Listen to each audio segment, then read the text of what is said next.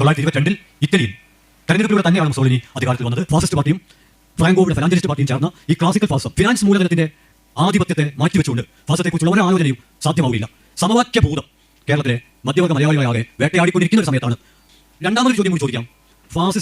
ഫാസിസ്റ്റുകളല്ലാത്ത ബന്ധുക്കളായി തീരാൻ സാധ്യതയുള്ളവർ നിങ്ങളിൽ എന്നിൽ ആരാണ്? അതുകൊണ്ട് അടിയന്തരാവസ്ഥ അത് നമ്മുടെ ചരിത്രത്തിലെ ഏറ്റവും ഭയമുണ്ടാക്കുന്ന അവസ്ഥയായിരുന്നു. അതിനെതിരെ വലിയ പോരാട്ടം നടന്നു. ഞാൻ ഓർമ്മിക്കുന്നു 1977 അടിയന്തരാവസ്ഥ കാലത്ത് കേരള അസംബ്ലിയിൽ ചോരപുരണ്ട ഒരു ചുവന്ന ഷർട്ട് ഉയർത്തിപ്പിടിച്ചുകൊണ്ട് പിണറായി വിജയൻ നടത്തിയ അതിഗംഭീരമായ പ്രസംഗം ഉണ്ടായിരുന്നു. ഞാൻ ഒന്നും കൂട്ടി പറയുന്നില്ല. ആ ചോരപുരണ്ട ഷർട്ട് ഭാവി തലമുറക്ക് എന്താണ് അടിയന്തരാവസ്ഥ എന്ന് മനസ്സിലാക്കാൻ പാകത്തിൽ കേരള അസംബ്ലിയിൽ അത് മ്യൂസിയം ഉണ്ടോ എനിക്ക് അറിഞ്ഞുകൂടാ, എന്തായാലും അവിടെ വെക്കേണ്ട ഒന്നാണ്. എന്നാൽ അങ്ങനെ ഒരു ഷർട്ട് വെക്കുന്നതിലൂടെ പരിഹരിക്കാവുന്ന സ്ഥലമല്ല 2014 മുതൽ ഇന്ത്യയുടെ നവഭാസം. അവർ രാഷ്ട്രീയമായി തോറ്റിരുന്നുവെങ്കിലും അവരുടെ സാംസ്കാരിക വിജയങ്ങൾ തുടരുമായിരുന്നു.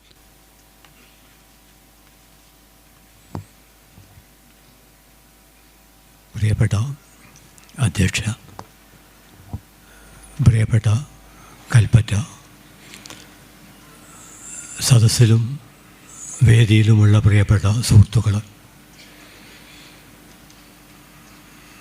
വരുന്ന വഴിക്ക് യാത്രയിൽ പ്രയാസങ്ങൾ നേരിട്ടതുകൊണ്ടാണ് കേൾക്കേണ്ടിയിരുന്ന മുഴുവൻ പ്രഭാഷണങ്ങളും കേൾക്കാൻ കഴിയാതെ പോയത്. അതുകൊണ്ട് തന്നെയാണ് എനിക്ക് തിരക്ക് പിടിച്ച് പ്രഭാഷണം ഒഴിവാക്കി കുറച്ച് കാര്യങ്ങൾ മാത്രം വളരെ സംക്ഷിപ്തമായി പറഞ്ഞ് അവസാനിപ്പിക്കേണ്ടത്. എൻ്റെ മുമ്പിൽ തന്നെ പ്രശസ്ത സാംസ്കാരിക വിമർശകനും കലാവിമർശകനുമായ GP രാമേന്ദ്രൻ അടുത്ത സെഷന് വേണ്ടി നോട്ടീസ് അനുസരിച്ച് ആ സമയം കഴിഞ്ഞ് 15 മിനിറ്റ് ഇരിക്കുന്നുണ്ട്. അതുകൊണ്ട് തന്നെ വളരെ സംക്ഷിപ്തമായിട്ട് ഈ ഒരു വിഷയം അവതരിപ്പിക്കുമ്പോൾ അത് വലിയ ചില പ്രയാസങ്ങൾ ഉണ്ടാക്കുന്നുണ്ട്. അതിലൊന്നാമത്തേത് എന്താണ് ഫാസിസം എന്ന അടിസ്ഥാനപരമായ രാഷ്ട്രീയ ചോദ്യമാണ്.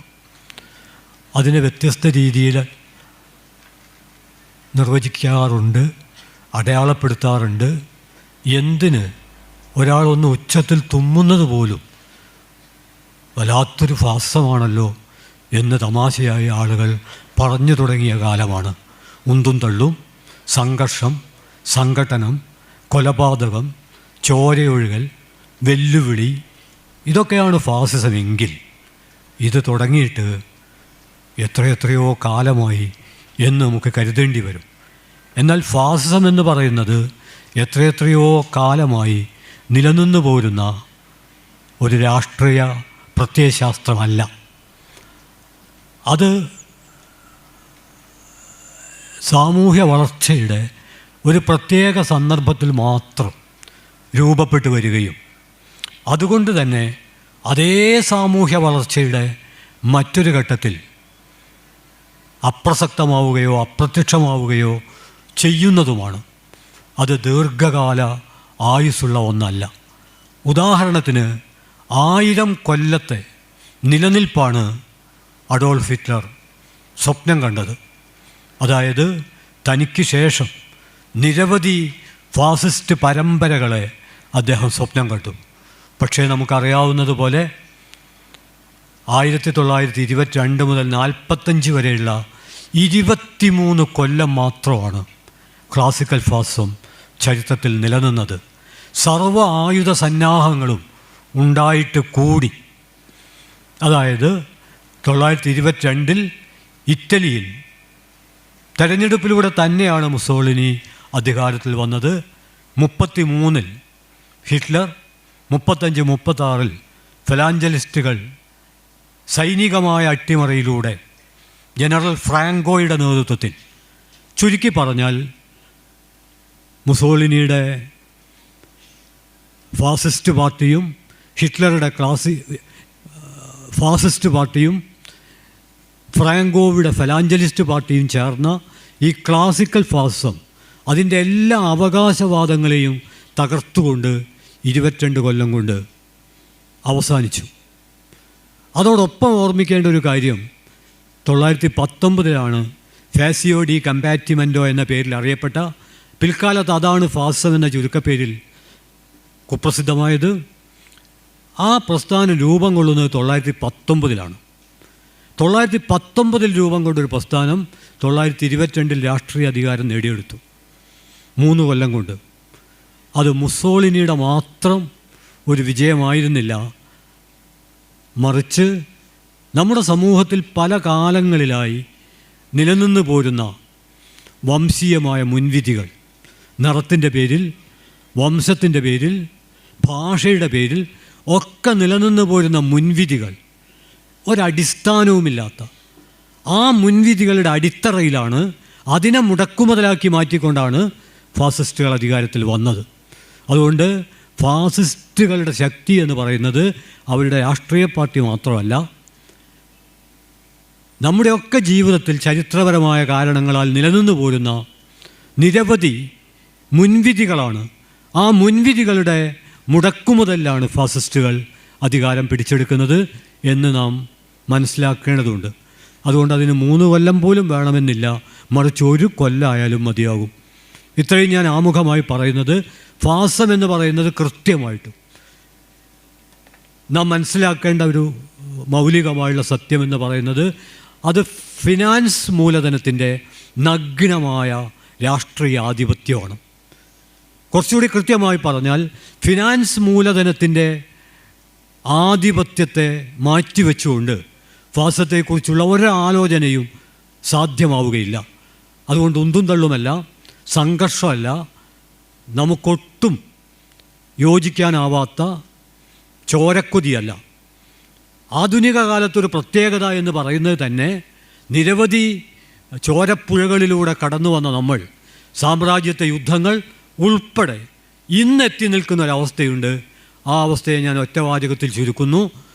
ചോരക്കാഴ്ചയിൽ നിന്ന് ബ്ലഡ് ബാങ്കിലേക്ക് ഭാവന വളർന്നുകൊണ്ടിരിക്കുന്ന ഒരു ചരിത്ര പശ്ചാത്തലത്തിലാണ് നമ്മുടെ ജീവിതം ഇന്ന് നിലകൊള്ളുന്നത്. ചോരക്കൊതിയിൽ നിന്ന് ബ്ലഡ് ബാങ്കിലേക്കുള്ള കുതിപ്പാണ് ജനായത്ത ഭാവനയുടെ ഇന്നത്തെ സ്രോതസ്സ്. ആ അർത്ഥത്തിൽ ഒരു തുള്ളി ചോര പോലും വീഴാത്ത, കുറേ കൂടി പരത്തി പറഞ്ഞാൽ ആശയങ്ങൾ ഏറ്റുമുട്ടി തീപ്പൊരികൾ ചിതറുകയും എന്നാൽ മനുഷ്യ ശരീരം ഏറ്റുമുട്ടി ഒരു തുള്ളി ചോര പോലും ഭൂമിയിൽ വീഴാതിരിക്കുകയും ചെയ്യുന്ന ഏറ്റവും ഉദാത്തമായൊരു കാലത്തെക്കുറിച്ച് തന്നെയാണ് എല്ലാ ജനായത്തവാദികളും ഫാസിസ്റ്റുകൾ ഒഴിച്ച് സ്വപ്നം കാണുന്നത്. എന്നാൽ ഫാസം എന്ന് പറയുന്നത് ഈ പറയുന്നൊരു സ്വപ്നമല്ല, അതിനൊരു രാഷ്ട്രീയ അടിസ്ഥാനമുണ്ട്. അതാണ് ഞാൻ സൂചിപ്പിച്ച ഒന്നാമത്തെ കാര്യം. രണ്ടാമത്തേത്, അത് അങ്ങേയറ്റ അക്രമാസക്തമായ പ്രതിലോമകരമായ ദേശീയതയാണ്. അതാണ് രണ്ടാമത്തെ കാര്യം. മൂന്നാമത്തേത്, അതൊരു ഭീകര പ്രസ്ഥാനമാണ്. അങ്ങനെ നോക്കുമ്പോൾ നമുക്ക് വിയോജിപ്പുള്ളവരെ മുഴുവൻ വിളിക്കാനുള്ള ഒരു ചെല്ലപ്പേരല്ല ഫാസിസമെന്ന് ഈ വിഷയത്തിൻ്റെ പ്രാഥമിക അന്വേഷണത്തിൽ ഈ വിഷയത്തെ ഗൗരവമായി കാണുന്ന എല്ലാവരും തിരിച്ചറിയണം. എന്തുകൊണ്ടെന്നാൽ 100 കാര്യങ്ങളുടെ പേരിൽ വിയോജിക്കേണ്ടി വരുമ്പോഴും ഇന്നത്തെ ഇന്ത്യൻ പശ്ചാത്തലത്തിൽ 101ാമത്തെ ഒരു കാരണം കണ്ടെത്തി യോജിപ്പിൻ്റെ ഒരു മേഖല എങ്ങനെ വിപുലമാക്കാം, വിസ്തൃതമാക്കാം എന്നാലോചിക്കുന്ന ഒരന്വേഷണ വേദിയിൽ വെച്ച് തങ്ങളുടെ വളരെ കുടുസായ ആത്മനിഷ്ഠ കാഴ്ചപ്പാടുകൾ അവതരിപ്പിക്കാം, ആഘോഷിക്കുന്നത് നന്നല്ല എന്നാണ് ആമുഖമായി ഞാൻ വിനയപൂർവ്വം പറയാൻ ആഗ്രഹിക്കുന്നത്.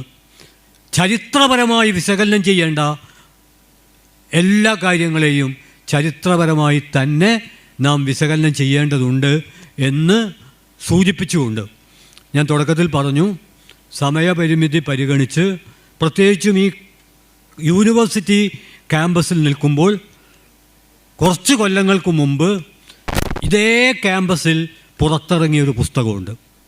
ആ പുസ്തകത്തിൻ്റെ പേര് ഫാസിസ്റ്റ് വിരുദ്ധ കവിതകൾ എന്നാണ്. Editor M Jeevesh. ഈ ഫാസിസ്റ്റ് വിരുദ്ധ കവിതകൾക്ക് ആ കാലത്തെഴുതിയ ഒരാമുഖം മാത്രമാണ് ഞാനിവിടെ വളരെ വേഗത്തിൽ, അതിൽ തന്നെ മുഴുവനായിട്ടില്ല, ചില ഭാഗങ്ങൾ മാത്രം വിവരണവും വിശദീകരണവും ഒഴിവാക്കി. അങ്ങനെ ഒഴിവാക്കിയാൽ കിട്ടുന്ന കുറച്ച് സമയം, ആ ഒരു സമയം കുറയ്ക്കാൻ വേണ്ടി വളരെ പെട്ടെന്ന്, അതോടൊപ്പം തന്നെ ഒരു കവിത. ഇത്രയുമാണ് ഈ വളരെ സംക്ഷിപ്തമായ ഇടപെടലിൽ നിർവഹിക്കാൻ ശ്രമിക്കുന്നത്. അങ്ങനെ പറയുമ്പോൾ ഇതിന് വേണമെങ്കിൽ ഒരു ആമുഖം ഇങ്ങനെ നൽകാമെന്ന് ഞാൻ വിചാരിക്കുന്നു. ആ ആമുഖം ഇതാണ്. കമ്മ്യൂണിസ്റ്റ് മാനിഫെസ്റ്റോയിൽ വളരെ പ്രസിദ്ധമായുള്ള ഒരു പ്രയോഗമുണ്ട്. അത് കമ്മ്യൂണിസം എന്ന ഭൂതം ലോകത്തെ ആകെ വേട്ടയാടിയിരിക്കുന്നു എന്നതാണ്. യൂറോപ്പിനെ ആകെ വേട്ടയാടിയിരിക്കുന്നു. അതിന് സമാനമായി ഇന്നത്തെ കേരള പശ്ചാത്തലത്തിൽ പറയാവുന്ന ഒരാശയമുണ്ട്. ആ ആശയമാണ് ഈ ആമുഖത്തിൽ പരിഗണിക്കപ്പെട്ടത് എന്നുള്ളതുകൊണ്ട് അതിങ്ങനെ ചുരുക്കി പറയാം. സമവാക്യഭൂതം കേരളത്തിലെ മധ്യവർഗ മലയാളികളെ ആകെ വേട്ടയാടിക്കൊണ്ടിരിക്കുന്ന ഒരു സമയത്താണ്. അതിനെ കൂടി പ്രതിരോധിക്കേണ്ടതുണ്ട് എന്ന തിരിച്ചറിവിൽ ഈ ആമുഖം വായിച്ചുകൊണ്ട് ഞാൻ എൻ്റെ ഈ ഒരു അവതരണം, സംക്ഷിപ്തമായ അവതരണം അവസാനിപ്പിക്കുന്നത്. ചില വാക്കുകൾ സ്വയം വെളിച്ചമാകുന്നതിന് പകരം ഇരുട്ടിനെ ഇരട്ടിപ്പിക്കും. സൗഹൃദം സൃഷ്ടിക്കുന്നതിന് പകരം ശത്രുതക്ക് ശക്തി പകരും. വിപുലമായ ഒരു ഫാസിസ്റ്റ് വിരുദ്ധ മുന്നണി കെട്ടിപ്പടുക്കുന്ന സന്ദർഭത്തിൽ പരസ്പരം പറയാനും കണക്ക് തീർക്കാനും വളരെ കൂടുതൽ കാര്യങ്ങൾ ഉണ്ടാകും. പക്ഷെ അതൊക്കെ തൽക്കാലം മാറ്റിവെക്കേണ്ടി വരും. അതിനർത്ഥം സംവാദത്തിന് അവധി കൊടുക്കണമെന്നല്ല, മറിച്ച് സംവാദത്തെ ഫാസിസ്റ്റ് വിരുദ്ധ മുന്നണിക്ക് കീഴ്പ്പെടുത്തണം. അത് ചരിത്രത്തിലെ ഒരു മഹാതത്വമാണ്. അതിനെ സ്പർശിച്ചുകൊണ്ടാണ് മനുഷ്യരായ മനുഷ്യരെ മുഴുവൻ ഒന്നിച്ച് ചേർക്കുന്നതിന് പകരം അവരുടെ അകവും പുറവും പിളർക്കുന്ന വാക്കുകൾ മാറ്റിവെച്ചുകൊണ്ട് ഒരിടപെടൽ അനിവാര്യം. ഏകാന്തതകൾ നിലവിളിക്കുമ്പോൾ അതിനൊരു സാന്ത്വനമായി തീരാൻ കഴിയുമെന്ന് പ്രതീക്ഷിക്കപ്പെടുന്ന വാക്കുകളിൽ നിന്നുപോലും അപ്പോൾ ചോര മാത്രം കിനാവ് കാണുന്ന വാളുകൾ ഉയരും. ഉദാഹരണം, പശു ഇന്ന് പാലിൻ്റെ വെളുപ്പല്ല, ചോരയുടെ ചുവപ്പാണ്. ഗർ വാപ്പസി വീട്ടിലേക്കുള്ള മടക്കമല്ല, നാട് കുട്ടിച്ചോറാക്കാനുള്ള ഒരുക്കമാണ്. ലവ് ജിഹാദ് സ്നേഹാർദ്ര സമർപ്പണത്തെയല്ല, സ്നേഹത്തിനെതിരായ കൊലവിളിയാണ് ആഘോഷിക്കുന്നത്. ഇതുപോലെ ദേശീയതയും പാരമ്പര്യവും തനിമയുമെല്ലാം അല്പത്തരങ്ങളുടെ ആദർശവൽക്കരണമായി ചുരുങ്ങുകയാണ്. മുമ്പ് വിചാരവിവേകത്തിൻ്റെ ധീരത പ്രകടിപ്പിച്ച പല വാക്കുകളും ഇപ്പോൾ വികാരഭീകരതയുടെ ഭീരുത്വമാണ് ആവിഷ്കരിക്കുന്നത്. മതനിരപേക്ഷത മുതൽ ജാതിമുക്തമായ സൗഹൃദം വരെ ചോദ്യവിധേയമാണ്. മതനിരപേക്ഷതയ്ക്ക് അടിവര. മതനിരപേക്ഷത എന്ന് പറയുന്നത് രാഷ്ട്രീയാർത്ഥത്തിൽ വളരെ വിസ്തൃതമായ വിപുലമായ ഒരു പരികൽപ്പനയാണ്. മതമുള്ളവർക്കും മതമില്ലാത്തവർക്കും കോൺഗ്രസ്സുകാർക്കും കമ്മ്യൂണിസ്റ്റുകാർക്കും ഒരു പാർട്ടിയിൽപ്പെടാത്തവർക്കും സ്വന്തമായ വഴികളിലൂടെ ശ്രമിച്ചാൽ എത്തിച്ചേരാവുന്ന ഒരിടത്തിൻ്റെ പേരാണ് മതനിരപേക്ഷത. അത് ചരിത്രത്തിലൂടെ വളർന്നുകൊണ്ടിരിക്കുന്ന, മറ്റെല്ലാം എന്ന പോലെ ചരിത്രത്തിലൂടെ വളർന്നുകൊണ്ടിരിക്കുന്ന ഒന്നാണ്. വിശ്വാസികളും അവിശ്വാസികളും തമ്മിൽ മൽപ്പിടുത്തം നടത്തേണ്ട ഒരു യുദ്ധഭൂമിയുടെ പേരല്ല മതനിരപേക്ഷത. മറിച്ച് നിങ്ങൾക്ക് നിങ്ങളുടെ വിശ്വാസം, എനിക്ക് എൻ്റെ വിശ്വാസം. തോമസ് പെയിനിൻ്റെ വളരെ പ്രസിദ്ധമായ ഒരു പ്രയോഗം കടമെടുത്താൽ, ഞാൻ വിശ്വസിക്കുന്ന വിധം നിങ്ങൾ വിശ്വസിക്കുന്നില്ല എന്നതിൻ്റെ അർത്ഥം നിങ്ങൾ വിശ്വസിക്കുന്ന വിധം ഞാൻ വിശ്വസിക്കുന്നില്ല എന്ന് മാത്രമാണ് എന്ന ധീരമായ വിനയവും വിവേകവുമാണത് പങ്കുവെക്കുന്നത്. അതുകൊണ്ട് അതിൻ്റെ പേരിൽ നമ്മളിന്ന് മസിൽ പിടിക്കേണ്ട ഒരു കാര്യവുമില്ല. ഇത്ര വിസ്തൃതമായ വിപുലമായ ഒരു പരികൽപ്പന അത് പള്ളിയിൽ സാധ്യമാണ്, ചർച്ചിൽ സാധ്യമാണ്, അമ്പലത്തിൽ സാധ്യമാണ്, മതരഹിതരുടെ കൂട്ടായ്മകളിൽ സാധ്യമാണ്, സർവസ്ഥലത്തും സാധ്യമാണ്. ഈ പറഞ്ഞ സ്ഥലങ്ങളിൽ അത് സാധ്യമല്ലാതെയുമാവാം. അതുകൊണ്ട് വിശ്വാസിയാണോ അവിശ്വാസിയാണോ, ഏത് തരത്തിലുള്ള വിശ്വാസിയാണ് എന്നത് ഈ കാര്യത്തിൽ പ്രസക്തമല്ല. നിങ്ങൾ മതനിരപേക്ഷ നിലപാട് ഉയർത്തിപ്പിടിക്കുമോ എന്നുള്ളതാണ് പ്രശ്നം.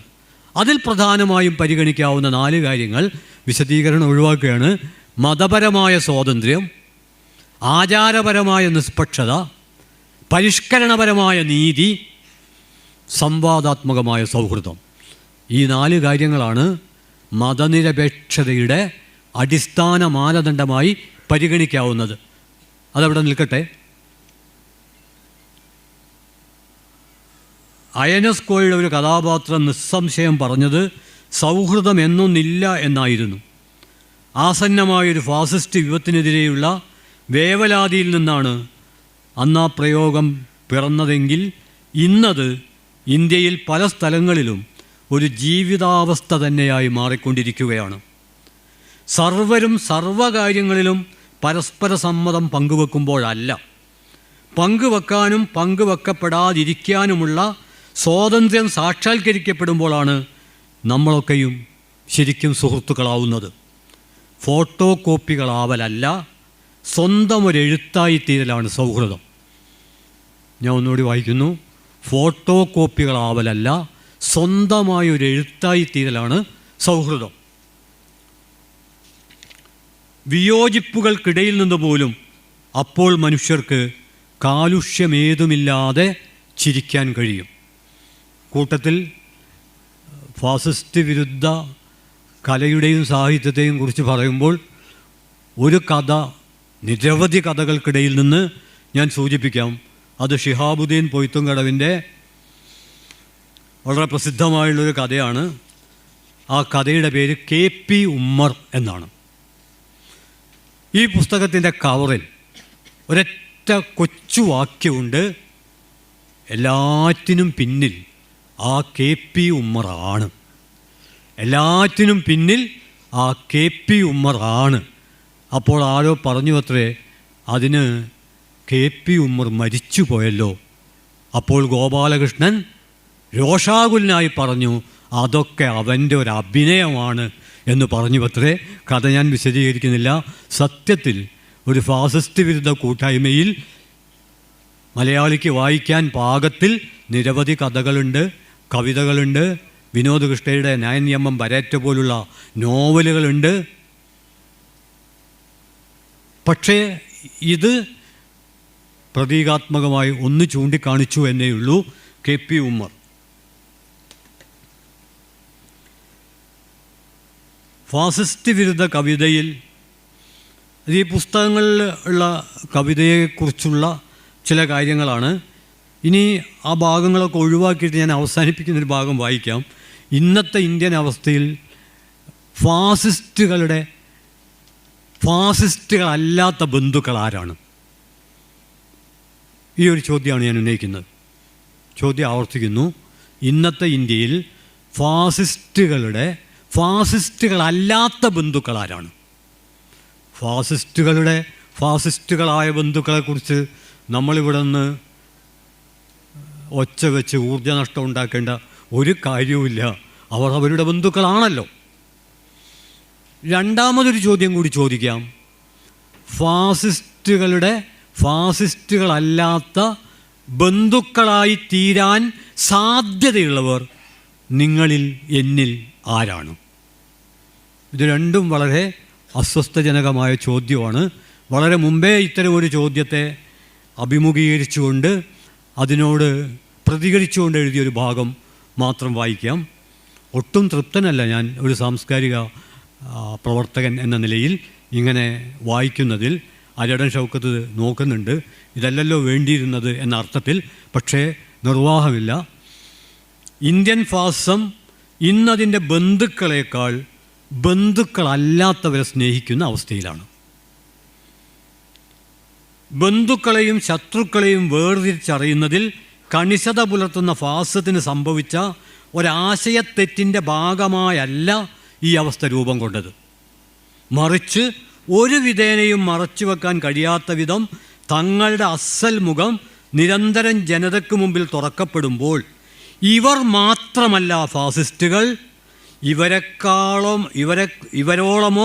ഇവരെക്കാളോ ഭീകരമായ ഫാസിസ്റ്റുകൾ ഇന്ത്യയിൽ വേറെയുണ്ടെന്ന് മതേതര ദൈക്ഷണികർ പറയുന്നത് തങ്ങൾ നേരിടുന്ന വിമർശനത്തിൻ്റെ വേനലിൽ വിയർത്ത് നിൽക്കുന്ന ഫാസിസ്റ്റുകളെ സംബന്ധിച്ചിടത്തോളം നല്ലൊരു കുളിർമഴ തന്നെയാണ്. അവരാഗ്രഹിക്കുന്ന ഒരു പ്രസ്താവനയാണത്. ബന്ധുക്കൾക്ക് പോലും നൽകാനാവാത്ത കുളിർ ചുംബനങ്ങളാൽ ഫാസിസ്റ്റ് കവിളുകൾ കോരിത്തരിക്കുന്ന ചേതോഹര കാഴ്ചകളാണ് പൊതുവെ മുഖ്യധാരാ മാധ്യമങ്ങളിലുള്ളത്. വെള്ളം കലങ്ങിയിരുന്നില്ലെങ്കിൽ ചെന്നായ ആട്ടിൻകുട്ടിയെ കൊല്ലുകയില്ലായിരുന്നുവെന്നാണ് വംശഹത്യകൾക്ക് ശേഷവും നമ്മുടെ ലിബറൽ ദൈക്ഷണികർ മാധ്യമങ്ങളിലിരുന്ന് പ്രഖ്യാപിച്ചുകൊണ്ടിരിക്കുന്നത്. 4 കാലുള്ളതെല്ലാം 4 കാലുകളാണ്. തീയില്ലാതെ പുകയുണ്ടാകുമോ? 2 കൈ കൂട്ടിയടിക്കാതെ ഒച്ചയുണ്ടാകുമോ? ആ ഭീകരവാദമുള്ളത് കൊണ്ടല്ലേ ഈ ഭീകരവാദമുണ്ടാകുന്നത് തുടങ്ങി അവർ ആവർത്തിച്ചുകൊണ്ടിരിക്കുന്ന വാദങ്ങൾ ഒറ്റക്കൊറ്റക്കെടുത്ത് വിശകലനം അർഹിക്കുന്നു. 2 കൈയും കൂട്ടിയടിക്കേണ്ട, 1 കൈ കൊണ്ട് മറ്റൊരുത്തൻ്റെ ചെള്ളക്ക് ആഞ്ഞടിച്ചാലും ഒച്ചയുണ്ടാകും എന്ന് മനസ്സിലാക്കാൻ കഴിയാത്ത വിധം ഇത്രമേൽ ഡിലീറ്റ് ചെയ്യേണ്ട പ്രയോഗമാണ് ആദ്യം തന്നെ വായിൽ വരുന്നത്. അതാണ് ഈ ചരിത്ര സമ്മർദ്ദത്തിൻ്റെ ഒരു സ്വഭാവം എന്ന് പറയുന്നത്. അതുകൊണ്ട് ഞാൻ ഡാഷ് എന്ന് മാത്രം ഉപയോഗിക്കുന്നു.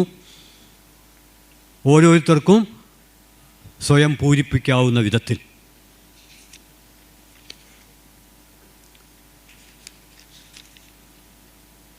ദേശീയത, മനുഷ്യൻ, പാരമ്പര്യം തുടങ്ങിയ പരികൽപ്പനകൾക്ക് വിവിധ രാഷ്ട്രീയ സന്ദർഭങ്ങളിൽ ഭിന്നാർത്ഥങ്ങളും താൽപ്പര്യങ്ങളും ഉണ്ടാകുമെന്ന പ്രാഥമിക തത്വം പോലും സമവാക്യ ചിന്താരീതിക്ക് അകത്ത് വെച്ച് തിരസ്കരിക്കപ്പെടുകയാണ്. ഏതൊക്കെയോ അർത്ഥത്തിൽ ഇന്നത്തെ അവസ്ഥയിൽ എല്ലാവരും തെറ്റുകാരാണെന്ന് വരുത്തി തീർത്താൽ വെടിയുതിർക്കുന്ന ഭരണകൂടവും അതിനെതിരെ ഒച്ചവെച്ച് പ്രതിഷേധിക്കുന്നവരും ഒരേപോലെ ശബ്ദമലിനീകരണം നിർവഹിക്കുകയാണ് എന്ന് സമർത്ഥിച്ചാൽ അത് ഏറ്റവും ആഹ്ലാദം നൽകുന്നത് വെടിയുതിർക്കുന്ന അധികാരികൾക്കായിരിക്കും. രാഷ്ട്രീയമായി തോൽക്കുമ്പോഴും ഇന്ത്യയിൽ സാംസ്കാരികമായി ജയിച്ചുകൊണ്ടേയിരിക്കുന്ന സംഘപരിവാർ നവഫാസിസ്റ്റുകളാണ് ഇപ്പോൾ രാഷ്ട്രീയമായും വിജയിച്ചിരിക്കുന്നത്. ഇവിടെ ഒരു കാര്യം ചൂണ്ടിക്കാണിക്കാം, ഇപ്പോൾ സംസാരിക്കുമ്പോൾ അത് അനിവാര്യമാണ്. അടിയന്തരാവസ്ഥയോട് ഇന്നുള്ള അവസ്ഥയെ തുല്യപ്പെടുത്താറുണ്ട്. അത് ശരിയല്ല. ഇന്നുള്ള അവസ്ഥയെ അപ്രഖ്യാപിതമായ 2ാം അടിയന്തരാവസ്ഥ എന്ന് വിളിക്കാറുണ്ട്. അതത്ര പോലും ശരിയല്ല. അടിയന്തരാവസ്ഥയാണ്. അതൊരു ഉത്തരവിലൂടെ വന്നു, വലിയ ചോരപ്പുഴകൾ ഒഴുക്കിക്കൊണ്ട് മറ്റൊരു ഉത്തരവിലൂടെ അത് അപ്രത്യക്ഷമായി. അടിയന്തരാവസ്ഥ അറബിക്കടലിൽ എന്ന് വിളിച്ച മുദ്രാവാക്യം പൂർണ്ണമായും ഇന്ത്യൻ അവസ്ഥയിൽ നടപ്പിലായി. എന്നാൽ 2014 മുതൽ നിലവിൽ വന്ന ഇന്ത്യൻ ഫാസിസം ആ വിധം അത്ര എളുപ്പത്തിൽ അറബിക്കടലിലേക്ക് ഒഴുകിപ്പോവില്ല. അതിൻ്റെ ചില അവശിഷ്ടങ്ങളെങ്കിലും ഒഴുകിപ്പോകുമ്പോഴേക്കും അറബിക്കടലിൻ്റെ പേര് വല്ല സംസ്കൃത സമുദ്രം എന്നോ മറ്റോ ആയി മാറിക്കഴിഞ്ഞിരിക്കും എന്നുകൂടി നമ്മൾ ഓർമ്മിക്കേണ്ടതുണ്ട്. അതുകൊണ്ട് അടിയന്തരാവസ്ഥ അത് നമ്മുടെ ചരിത്രത്തിലെ ഏറ്റവും ഭയമുണ്ടാക്കുന്ന ഒരവസ്ഥയായിരുന്നു. അതിനെതിരെ വലിയ പോരാട്ടങ്ങൾ നടന്നു. ഞാൻ ഓർമ്മിക്കുന്നു, 977 അടിയന്തരാവസ്ഥ കാലത്ത് കേരള അസംബ്ലിയിൽ ചോര പുരണ്ട ഒരു ചുവന്ന ഷർട്ട് ഉയർത്തിപ്പിടിച്ചുകൊണ്ട് പിണറായി വിജയൻ നടത്തിയ അതിഗംഭീരമായൊരു പ്രസംഗമുണ്ടായിരുന്നു. ഞാൻ ഒന്നും കൂട്ടിപ്പറയുന്നില്ല. ആ ചോര പുരണ്ട ഷർട്ട് ഭാവി തലമുറക്ക് എന്താണ് അടിയന്തരാവസ്ഥ എന്ന് മനസ്സിലാക്കാൻ പാകത്തിൽ കേരള അസംബ്ലിയിൽ, അവിടെ മ്യൂസിയം ഉണ്ടോ എന്ന് എനിക്ക് അറിഞ്ഞുകൂടാ, എന്തായാലും അവിടെ വെക്കേണ്ട ഒന്നാണ്. എന്നാൽ അങ്ങനെ ഒരു ഷർട്ട് വെക്കുന്നതിലൂടെ പരിഹരിക്കാവുന്ന വിധം സരളമല്ല. 2014 മുതൽ ഇന്ത്യയിലുള്ള നവഫാസിസം അവർ രാഷ്ട്രീയമായി തോറ്റിരുന്നുവെങ്കിലും അവരുടെ സാംസ്കാരിക വിജയങ്ങൾ തുടരുമായിരുന്നു. ഇന്ത്യൻ ജീവിതത്തെ ആ അർത്ഥത്തിൽ അട്ടിമറിക്കാൻ അവർക്ക് കഴിഞ്ഞിട്ടുണ്ട്. കൂടുതൽ വിശദാംശങ്ങളിലേക്ക് കടക്കുന്നില്ല, അവസാനിപ്പിക്കുകയാണ്.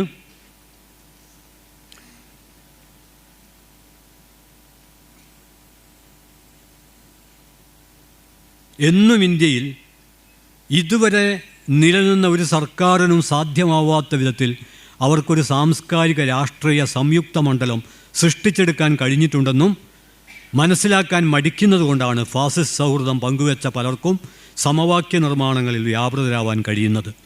വർഗീയതാ വിമർശനത്തെയും ഫാസിസ്റ്റ് വിമർശനത്തെയും ഒന്നിപ്പിക്കാനുള്ള ആസൂത്രിതമെന്ന് തന്നെ വിളിക്കാവുന്ന ഒരു തീവ്ര ശ്രമമാണ് ഇന്ന് ഫാസിസ്റ്റ് വിരുദ്ധ സാംസ്കാരിക ഒരുമ നേരിടുന്ന പ്രധാന തടസ്സം.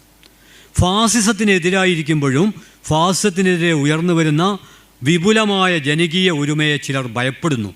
ഒരു മിനിറ്റ് ശരിയാം വിധം ഫാസിസത്തെ വിമർശിച്ചാൽ അനിവാര്യമായും അടുത്ത ഒരു മിനിറ്റ് സമസ്ത വർഗീയതകളെയും അതേ അളവിൽ അപ്പോൾ തന്നെ അവിടെ വെച്ച് വിമർശിക്കണം എന്നവർ ഇപ്പോഴും കരുതുന്നു.